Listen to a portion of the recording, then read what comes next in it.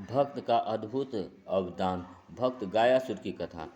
कीच से जैसे कमल उत्पन्न होता है, वैसे ही असुर जाति से भी कुछ भक्त उत्पन्न हो जाते हैं। भक्तराज प्रहलाद का नाम प्रसिद्ध है। गायासुर भी इसी कोटि का भक्त था।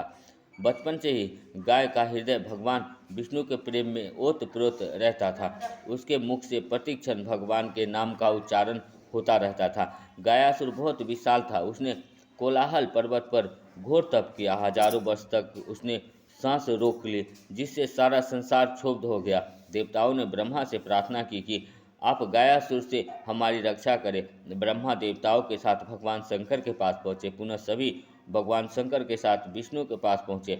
भगवान विष्णु ने कहा, आप सब देवता गायासुर के पास चले, मैं भी आ रहा हूँ। गायासुर के पास पहुँचकर भगवान विष्णु ने पूछा, तुम किस लिए तप कर रहे हो? हम सभी देवता तुमसे संतुष्ट हैं, इसलिए तुम्हारे पास आए हुए हैं, वर मांगो। गायासुर ने कहा, मेरी इच्छा है कि मैं सभी देव, द्विज, यज्ञ, तीर्थ, ऋषि, मंत्र और योगियों से बढ़कर पवित्र हो जाऊं।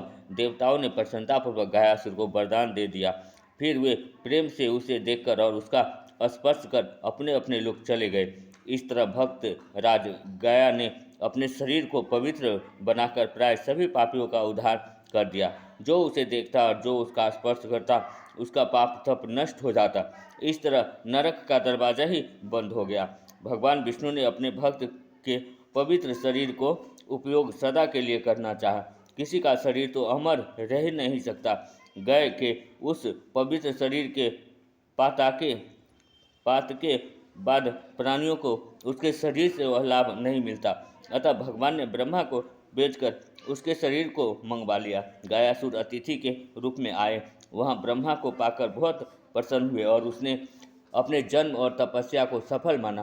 ब्रह्मा ने कहा, मुझे यज्ञ करना है। इसके लिए मैंने सारे तीर्थों को ढूंढ डाला, परंतु मुझे ऐसा कोई तीर्थ नहीं प्राप्त हुआ जो तुम्हारे शरीर से बढ़कर पवित्र हो। अतः यज्ञ के लिए तुम अपना शरीर दे दो। यह सुनकर गायासुर बहुत प्रसन्न हुआ और वह कोलाहल पर्वत पर लेट गया। ब्रह्मा यज्ञ की सामग्री के साथ वहां पधारे। प्राय सभी देवता और ऋषि भी वहां उपस्थित हुए। गायासुर के शरीर पर बहुत बड़ा यज्ञ हुआ।